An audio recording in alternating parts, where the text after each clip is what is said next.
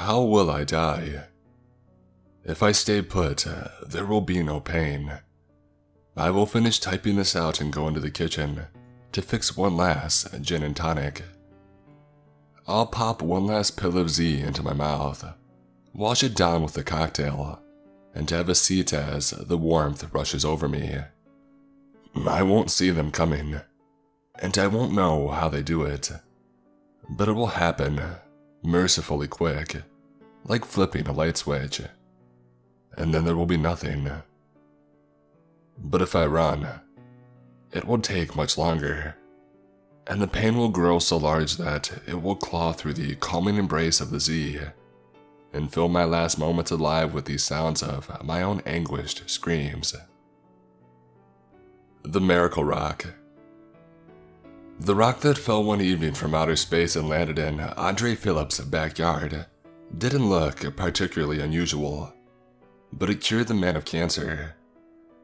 Stricken with stage 4 lung cancer, Andre had been sitting on his back porch drinking a beer against his oncologist's advice, staring up at the sky, pondering his own death, when the object dropped down into the grass a few yards away from him.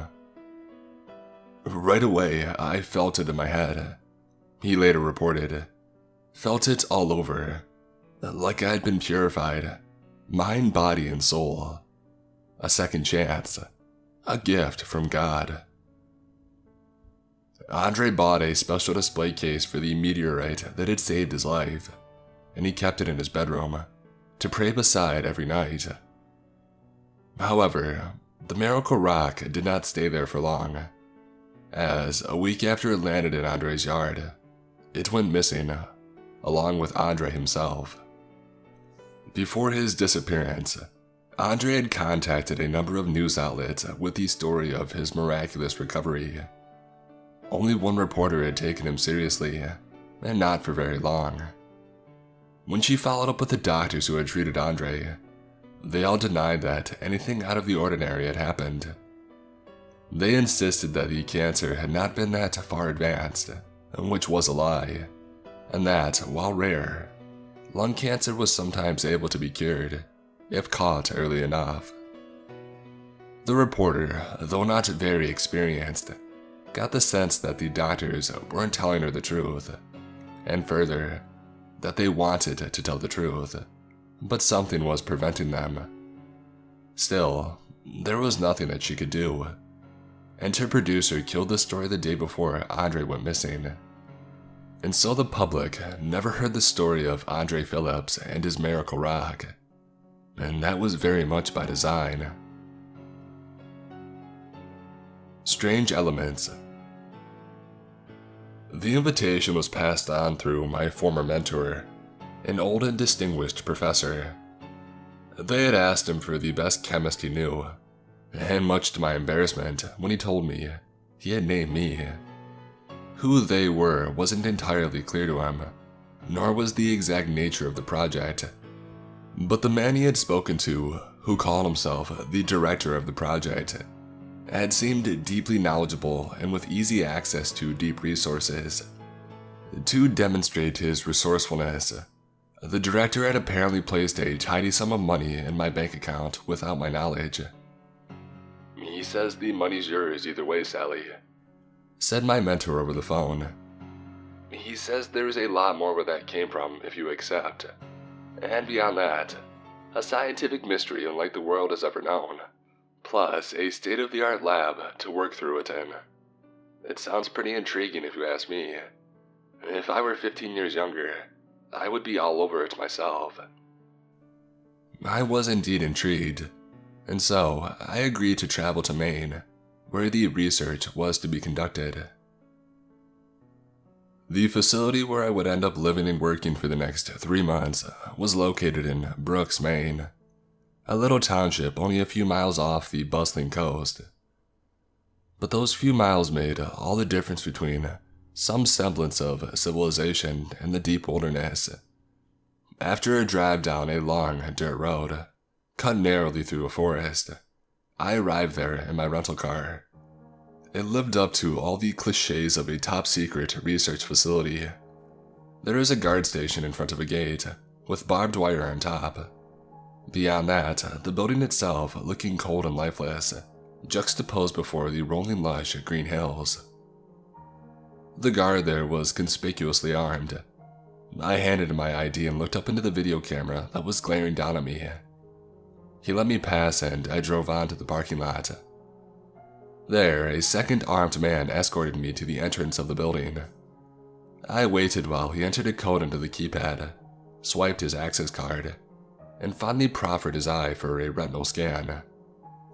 When all that was done, the door clicked open, and we went inside and down a sterile hallway to a conference room. "Wait in there," the man instructed, before clacking his way back through the hallway.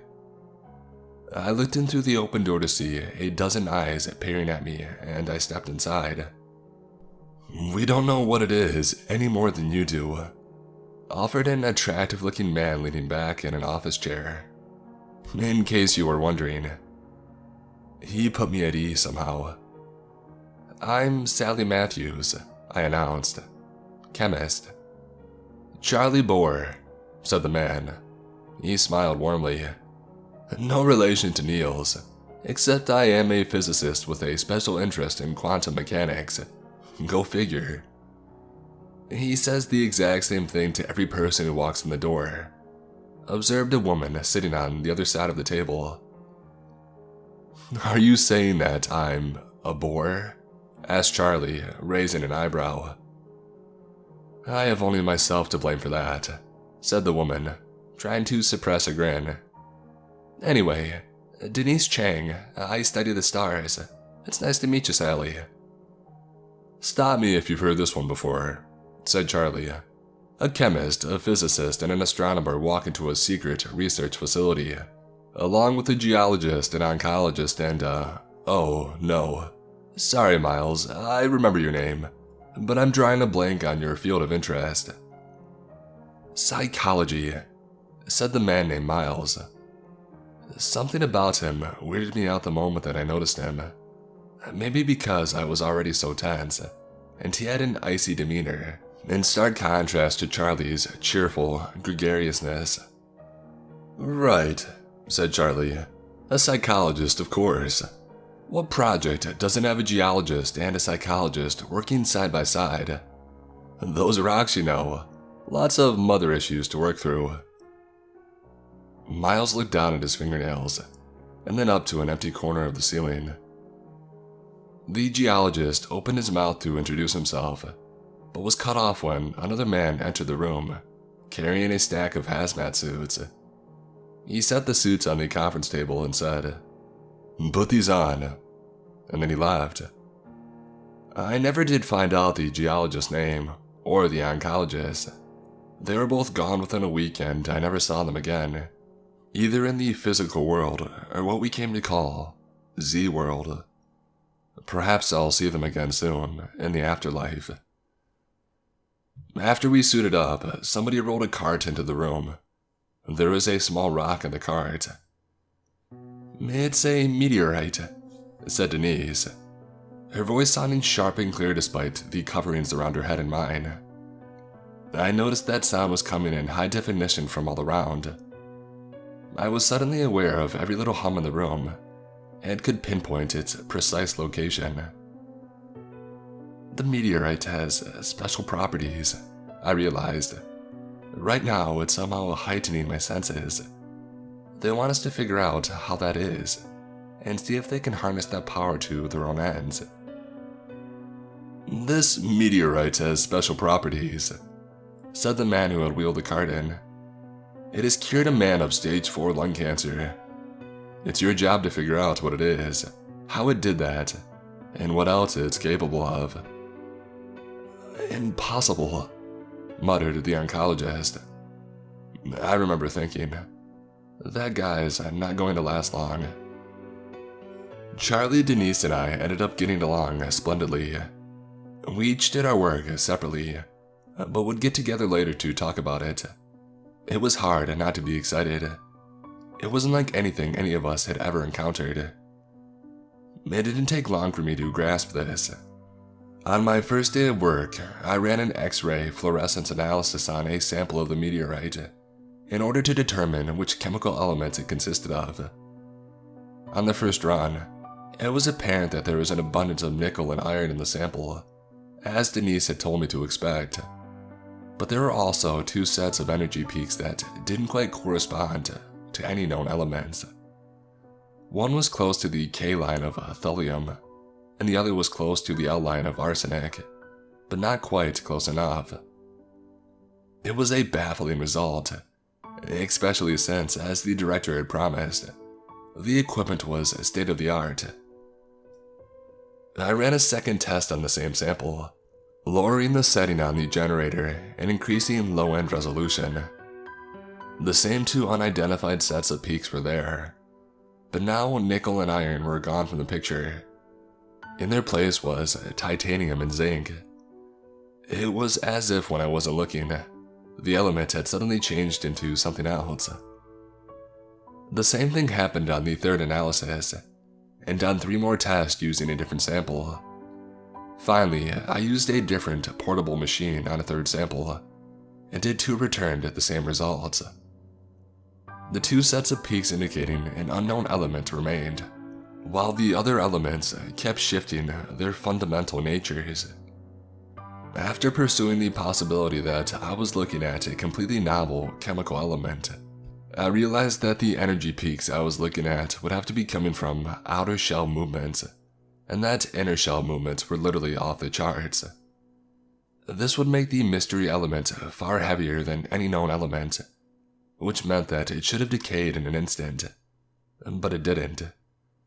This novel element, if it really existed, would violate many of our most fundamental assumptions about physical science, and I found myself increasingly certain, much to my own surprise, that it did in fact exist, and had come to Earth from outer space. Element Z.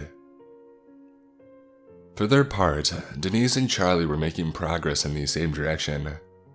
That is to say, they were gathering evidence that we were dealing with something that we had never encountered before, in a way that cut to the marrow of our respective fields. And Denise, for example, had been able to trace the meteorite back to the point where it had appeared seemingly out of nowhere. And when I asked if that was just because it was small enough to evade satellite sensors, she assured me that we weren't talking about a point in space at the edge of the galaxy, or even just outside of Mars. It was only a few thousand miles outside of Earth's atmosphere. It had just appeared there, and data from satellites were cross-checked and all told the same story. At the same time, she said, there was every indication that the meteorite had come from very far away, and had likely been created and propelled through space by a massive event that occurred a very long time ago. This led to speculation on our part about wormholes or faster-than-light speed travel. Somehow things that we had never given thought to in a long time, and maybe never gave serious thought to, became the frequent subjects of conversation and speculation. One day, while we were sitting at a cafeteria table eating bland food, Charlie summed up his thoughts like this.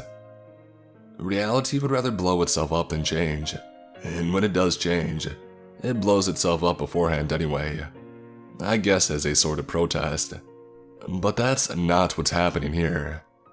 You've got protons hopping from bed to bed like swingers on a Saturday night. Usually when that happens, something goes boom. And that atom of yours, Sally, it's the same deal.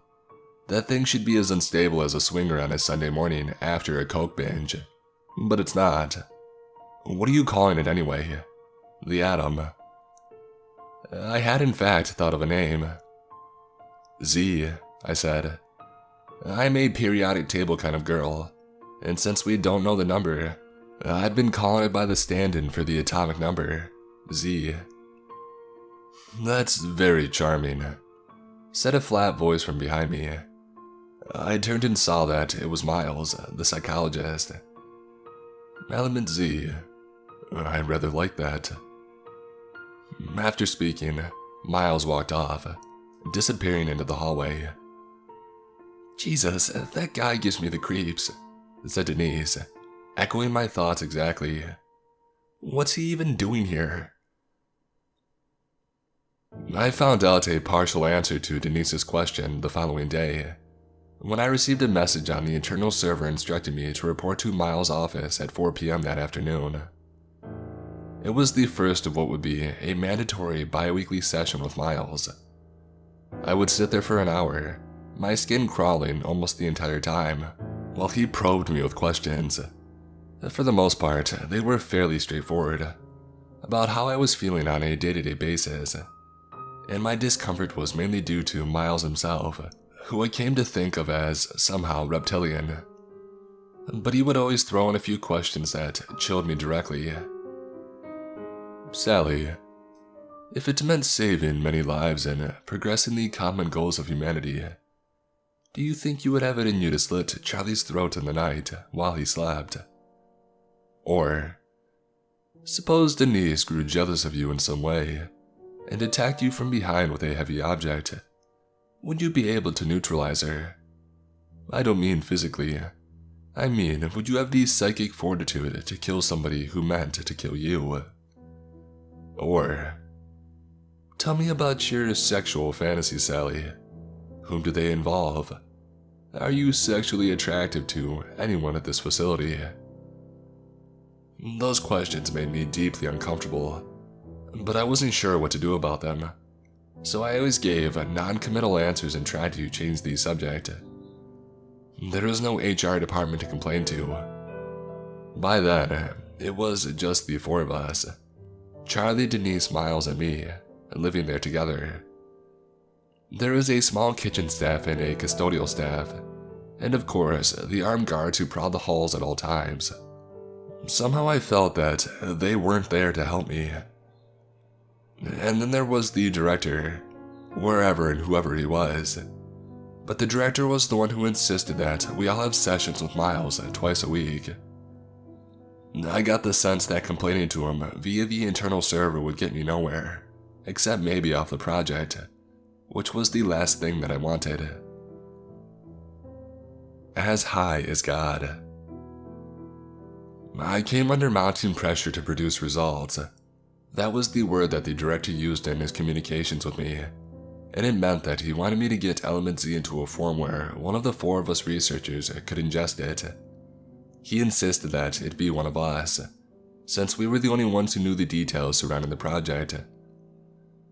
This is far outside the scope of the FDA, Sally, he wrote one day. To tell the truth, that wasn't the part that bothered me.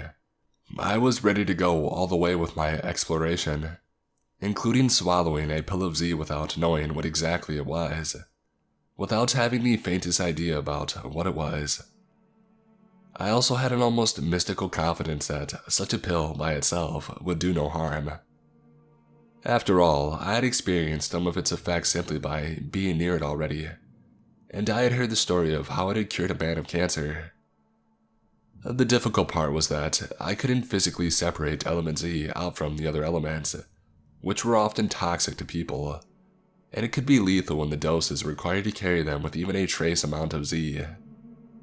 I couldn't separate out the elements from each other, because I never knew which elements I was supposed to separate. They were in constant flux, the atoms always transmuting. It was an intractable problem. Until Charlie had a breakthrough one day. He laid it out over the lunch table.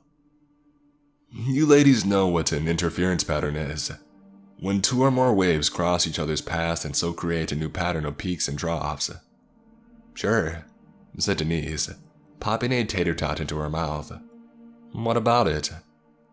Well, I took the liberty of charting out some of Sally's data this morning, and the best I can tell, Element Z is emitting a constant series of interfering energy waves that is somehow responsible for which other elements turn up at the time of measurement. Using the wave function, one can calculate the probability that any given sample of the meteorite will contain, say, arsenic and lead at any given time. Thought that might be useful to work out, no? I wanted to kiss him. I can work with that, I said. And I did. Now that I had a set of probabilities to work from, I was able to devise a method of separating the chemical elements from one another that, while doomed to fail 99 times out of 100, it would strike gold on that 100th time, or rather, would strike element Z. By the end of the week, I had a pile of the stuff in powder form, 100% free of impurities. From there, I discovered that the substance was soluble in water. I also knew, according to Charlie's chart, that the lighter elements like carbon and oxygen were outside of element Z's wave function, which meant that I was able to safely combine it with sugar. And so, I was able to easily create a pill that contained only a single nanogram of element Z. It was decided by the director that we would hold an impromptu drug trial in Miles' office. I protested to no effect, and so the four of us gathered early one morning to draw straws. The short straw would take the pill. I felt emotion in both directions. My curiosity was at a fever pitch, and I wanted to be the first person to test the drug. But I also felt a deep fear gnawing at my stomach, the fear of being launched so completely into the unknown. Miles wasn't helping ease my discomfort. He sat icily behind his desk and showed no emotion. Behind him was a video camera set up on a tripod. I felt somehow like that camera had more humanity in it than Miles did. I wished that he would just leave the project altogether. We drew straws and Charlie came up short. "Hell yeah, baby," he said. He immediately plucked the pill up from Miles' desk, popped it into his mouth, and swallowed it with a pull from his water bottle. Blast off. Miles pushed a button on the video camera, and then we waited. "I'm higher than a Georgia pine," said Charlie, 10 minutes later, grinning. "Oh god, that feels good. Like ecstasy, MDMA, but like times 100. "You're experiencing intense feelings of well-being?" asked Miles, scribbling in his notebook. Charlie looked at Miles with pupils that nearly crowded out his irises entirely. "Well, I was, dude. Until you started talking. Why don't you just give me a few minutes alone with the ladies, huh, bud?" He laughed. No, I'm just kidding. Sort of. Man, I'm horny. Write that down, Miles. The subject is horny as hell." I had to admit to myself that I was feeling rather heated too. It was like Charlie was admitting a raw, animalistic sexuality. I wished that I had the proper equipment to measure his hormone levels. In fact, I wish that I had any equipment to measure anything. As far as trials went, it was shoddy work, but I reminded myself that there would be more trials. "Wait a second," said Charlie. And then I heard him inside my head. "Sally, can you hear me? Don't answer out loud. Listen, I'm here. I promise that I won't look at anything that I'm not supposed to. But I want you to know that I can see inside of your mind. I can enter it like a room and look around. Don't say anything. I can't get inside of Miles' head for some reason, and I don't want him to know about this. Not yet, anyway. Not until you and I can talk about it with Denise. I'm there inside of her mind too. I'm everywhere. Sally, I'm as high as God." Hooked. The next day, I made a batch of pills and Charlie, Denise, and I gathered together in my room after work to take them. My hands shook as I brought the pill to my mouth.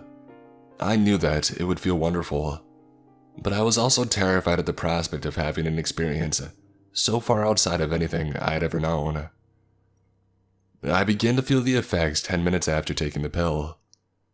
A rush of warmth that coursed through me, along with the feeling that everything was exactly how it was supposed to be, and that it was all so beautiful. My chest swelled with contentment.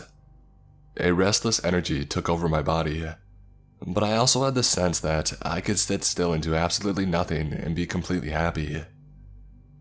"This is amazing," said Denise, pacing around the room. "Freaking amazing." "Just you wait," said Charlie, smiling. He was so beautiful. So was Denise. "There it is," said Charlie, inside my mind. I was there in his too, and Denise was there with both of us. We were psychically entangled, and then, before very long, we all took each other's hands and settled down on my bed to become physically entangled. We explored each other all night, in pure bliss of body and mind. Each caress felt deep in our souls, each moan sounding lovelier and more nuanced than a Mozart symphony. After that, there was no going back. In the morning, there was no physical hangover. There was only a sense of loss in returning to our ordinary senses. And so we each took another pill before heading off to go about our work. On Z, everything was better, including our work. I hardly needed to use the high-tech equipment in the lab anymore. I could see the energy waves emanating from the meteorite samples with my own eyes. When I was close enough to the samples, I could feel what it was like to be hurtling through space at unknown speeds. I saw glimpses of deep space, far beyond the edges of our galaxy, and perhaps near the very edge of the universe or beyond. It was a strange place, an endless void spotted with occasional pockets of intense energy, twisting around on itself, coming into existence, becoming existence itself. We took Z every day. We would go to work and then meet in the cafeteria at lunch, where we sat silently, eating, communicating telepathically. Even the drab food tasted wonderful, and we savored every bite. And then back to work, and finally, we would meet in somebody's room to make love all night. A few days into it, we were at the lunch table, discussing Charlie's progress on faster-than-light-speed travel, when Denise interrupted the conversation. "Creep alert," she said. I could feel it too. A cold presence in the hallway, getting closer. Miles. He was like a dark spot in our joy. Every other person, down to these security guards carrying their loaded weapons, they were beautiful to us. Their insecurities, their desires, their kindnesses and cruelties, they were all evident to us like an open book, and we came to view them all as perfect creatures, exactly as they were supposed to be. But Miles was something else. He was close to us, and we trusted him less than ever before. "I would like to try a pill, Sally," said Miles, now standing behind me. "I know that the three of you have been taking it, and you're on it right now. I would like to try it for myself. The director has requested my first-hand account of it as well." "No way we can let him have this," said Denise. "Can you cook up some MDMA and give him that? He won't know the difference." "I'll have to make one up for you," I said. "After lunch, okay?" "Excellent," said Miles. "Bring it by my office if you would be so kind. After all, it's Tuesday, and you'll be coming by anyway, right?" "I'll see you at 4 o'clock, I said. "Just go away, Miles," said Denise. "You're a frightening thing." "Very well," said Miles, stalking off towards the hallway. Later that day, I brought Miles an MDMA pill that I had produced and sat down for my interview. I was still a little high on Z, and it was my first interview in that state. "Thank you, Sally," said Miles, putting the pill in a drawer. "Let's begin. If I told you that Charlie and Denise weren't really your friends, would you believe me?" "No," I said without hesitation. "I wouldn't. They're my friends." "And if they tried to kill you, would you still consider them friends?" "They would never try to kill me." "I understand, but that doesn't answer my question." "Why would they try to kill me, though? That matters. Sometimes killing somebody is a mercy." "Interesting," said Miles, scribbling in his notebook. "Very interesting. So, if they had a good reason to kill you, you would find that acceptable?" I shrugged. I don't know, Miles. I don't know what to tell you. You've done well, Sally. Thank you. That's it for today? That's it. I left the room hastily, feeling queasy. Something about that meeting and Miles in general cut through all of the warm feelings of Z and left me in a state of panic. I went straight back to my room and I locked the door. I didn't want to see anybody. I just wanted to feel good again. And so I took 2 more pills of Z. I felt Charlie and Denise approaching my room. I didn't want to see them and realized that I could hide from them. I could cloak my mind so they wouldn't know where I was. And in this state, I could still look into their minds. Can you feel her? Charlie asked Denise. No, said Denise. She's not in her room. God, I wonder what happened. Do you think Miles did something to her? She's probably in her lab working, said Charlie. I guess she wants to be alone right now. We should respect that. Come on. Let's you and I go back to my room. I felt their presence receding down the hallway. An hour or so later, I felt their presence again. Can you feel her? Charlie asked Denise. And that's when I realized that Z could show me the future. The director. 5 pills, I soon discovered, were too much to take at once. The body would shut down before the Z could show the mind what it had in store. The human mind was not equipped to glimpse such mysteries and to protect itself. The body convulsed and shut the mind down too. That's how Charlie and Denise found me, with my eyes open wide, staring at the lab ceiling, in the depths of a seizure. After I had recovered, I decided to tell them what I had experienced. 2 pills at once showed me the future. 3 pills at once let me leave my body and travel the corridors of the facility. And 4 pills brought me to the Z world. In Z world, it was as if I were floating above a 3-dimensional game board. I could travel down to different places at different times, the past, present, or future, and observe everything going on there. I could enter people's minds if I wanted, and see the hidden energy waves all around us, like a shimmering rainbow. My range of travel was limited. I could go further back in time than I could go forward, and I could only go to places within 100 miles radius, but it was an incredible, unheard of power. My friends admonished me for so recklessly putting myself in such danger without telling them, but admitted that they wanted to enter Z world for themselves. Not right now though, said Denise. You have to rest up, Sally. You look like you're on death's door. Charlie and Denise stayed with me for the rest of that day and all of the next. I had planned on abstaining from Z, but the withdrawal was too intense. Again, it wasn't a physical withdrawal, but rather a feeling as if the world had suddenly closed up and you were no longer a part of it. It was like a living death, and so I was permitted a half a pill just to regain equilibrium. We decided to drop 4 pills each that weekend. It was difficult to get through the week. Even taking 1 whole pill didn't quite do it for me anymore. Sure, it felt good, but nothing could compare to that feeling of near omniscience. Meanwhile, while we waited, we spent our lunch breaks and after hours talking about something that we had never talked about before. What exactly we were doing there and what exactly were the implications of unlocking the power of Z. It cures cancer, I said one day, to get the conversation going. It grants the power of telepathy, and it lets you see the future. What's going to happen with these powers? Are they going to be released to the public for free? Would that be a good thing or not? And if they're not going to be released to the public, then who will hold them?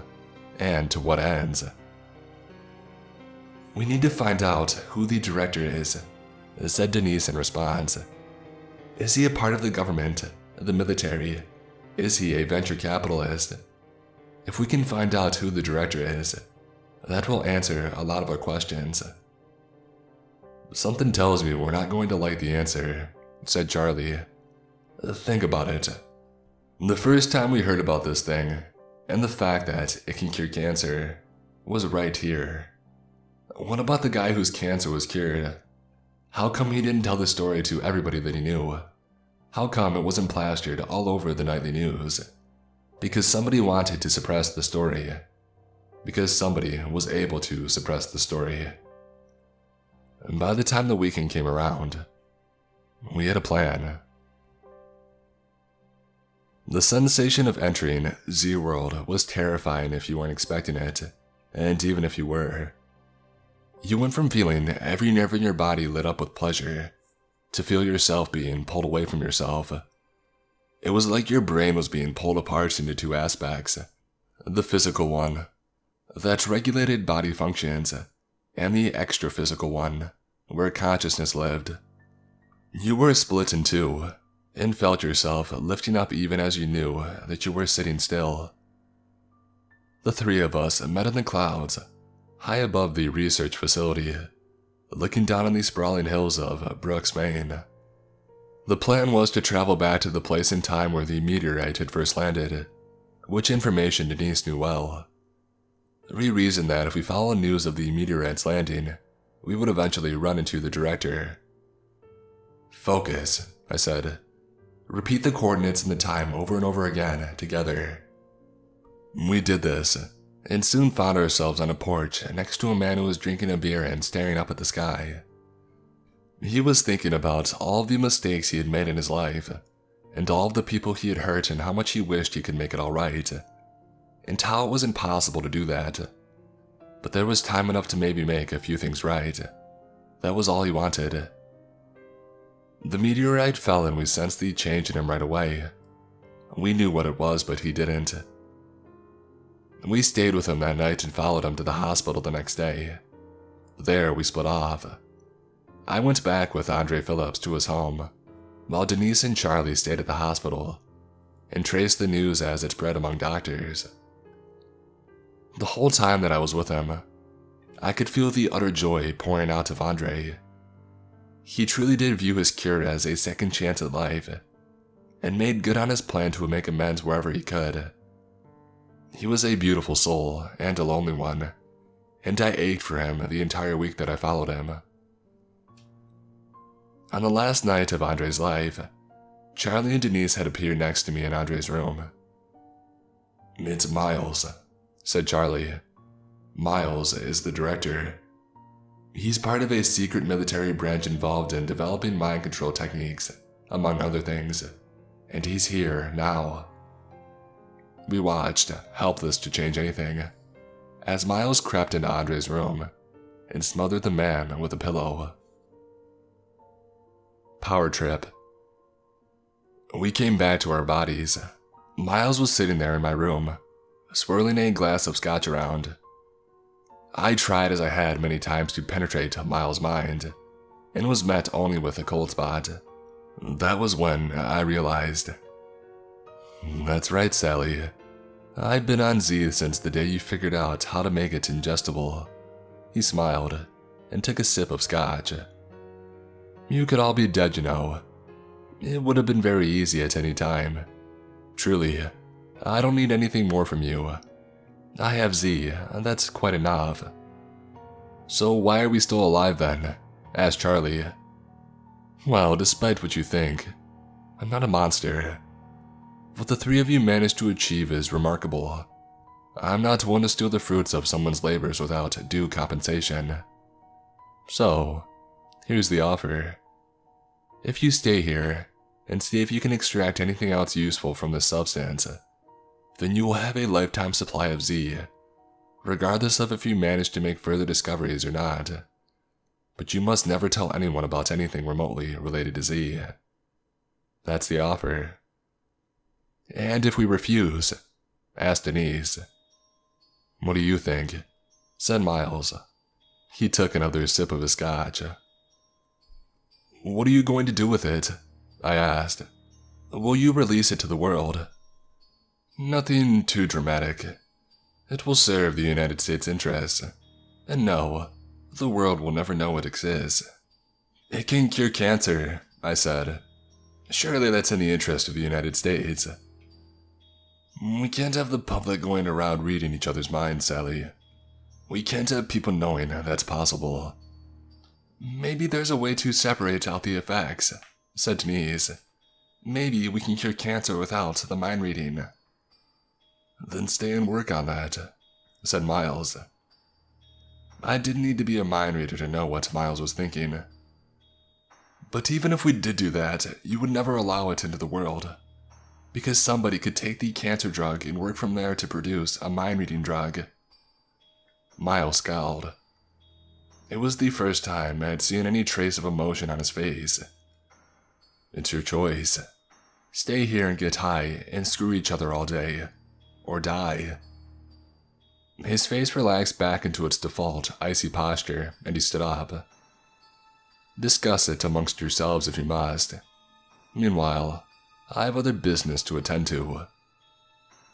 Miles left, but the tension remained heavy in the room. Denise and Charlie had closed their minds off for me. Sally, said Charlie, there's nothing we can do about it. Just stay with us. We can have a lot of fun. You're on a power trip, Sally, said Denise. You want to save the world, but can you even be sure that the world would be better off if there was widespread access to Z? Haven't we talked about this? We just don't know what would happen. I blocked off my own mind. I suppose you're right, I said. Yes, I'll stay. But that doesn't mean that I'm happy about it. I need a little time alone to process it all, okay? Just a day or two alone in my room to make peace. Tell Miles, okay? Tell him that I'm on board, but I need some time off. Charlie took my hand. I understand. I don't feel great about it either, but it's the right call. The only call. And then they left me alone to hatch my escape plan. How I will die. I had to train myself to act without thinking. It was not easy. I practiced in front of the bathroom mirror by, say, clipping my fingernails while thinking about something else. I picked on my clothes without thinking about them, and got dressed that way too. By the end of the second day, I was not at all certain that I'd actually achieved my ends, but I knew that my time had run out. I had to open my mind back up, or the others would grow suspicious. During the day, I squirreled away pills of Z in my lab coat. I would eat lunch with Charlie and Denise as usual, and then meet up with them after work for our usual erotic routine. They were thrilled that I had apparently accepted my life together with them. The escape itself was trivially easy. One night, I waited until Denise and Charlie had collapsed from exhaustion, and then crept out into the hallway. There were 3 guards on duty inside of the building, and I knew where each one was and what they were thinking. I waited until one of them was isolated, and then snuck up behind him and injected him with a 5 nanogram solution of Z, enough to put him out of commission. I carefully dragged his body to the entrance. I knew the code well enough, and after swiping his access card, I only had to lift his head up and point his wide open eyes into the retinal scanner. I knew from floating above it that there was a gap in the fence surrounding the facility. It led out into the forest, where I would have to make a long journey through the hills. As soon as I crawled under that gap and into the dark night, I was struck by 2 certainties.